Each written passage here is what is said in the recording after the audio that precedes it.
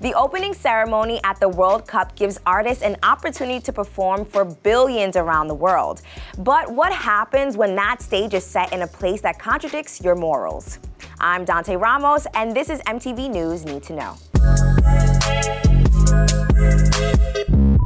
Dua Lipa is setting the record straight. Despite rumors, you won't see her performing at this year's FIFA World Cup opening ceremony in Qatar. In an Instagram story she shared on Sunday, the pop star wrote in part, "I will not be performing, nor have I ever been involved in any negotiation to perform. I'll be cheering England on from afar. I look forward to visiting Qatar when it has fulfilled all the human rights pledges it made when it won the right to host the World Cup." In the conservative country of Qatar, same-sex relationships are illegal and can be punishable by death. It's a reason why FIFA organizers have been highly criticized for their decision to host the 2022 World Cup there.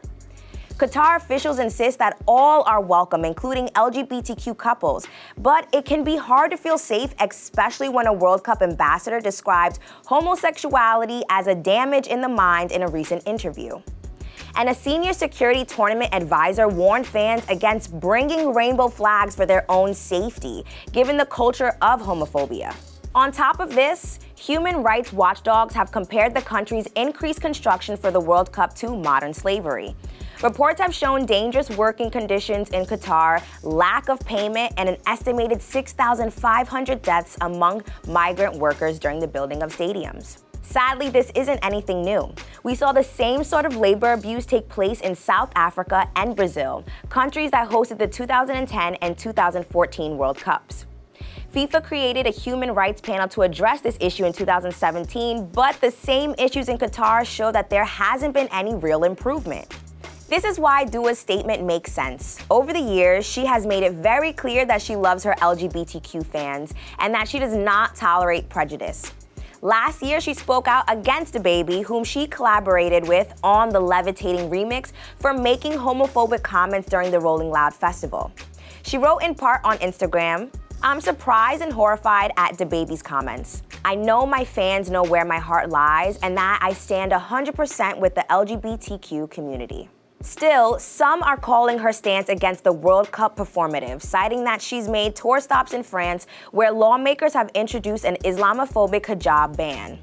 All of this brings up the question, where do artists draw the line when taking gigs in imperfect societies? Performers face this question a lot.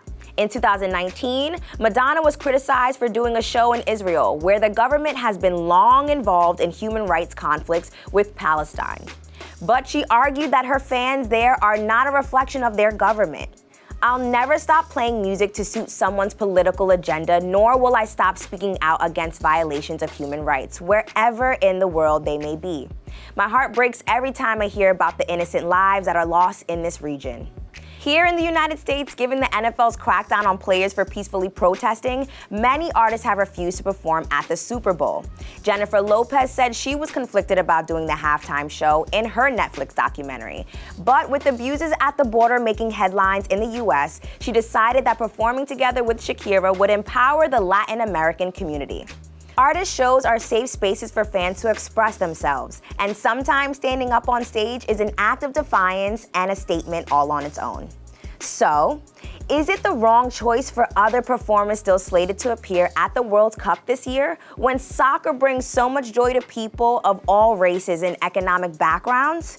Nicki Minaj, J Balvin, and Maluma are some of the celebs on the bill, and they represent countries where soccer is like a religion.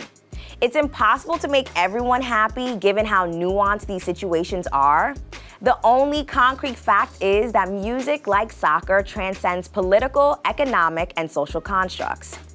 Now, how artists use that power will never be perfect, but it can push these important conversations forward. I'm Dante Ramos, and that's what you need to know.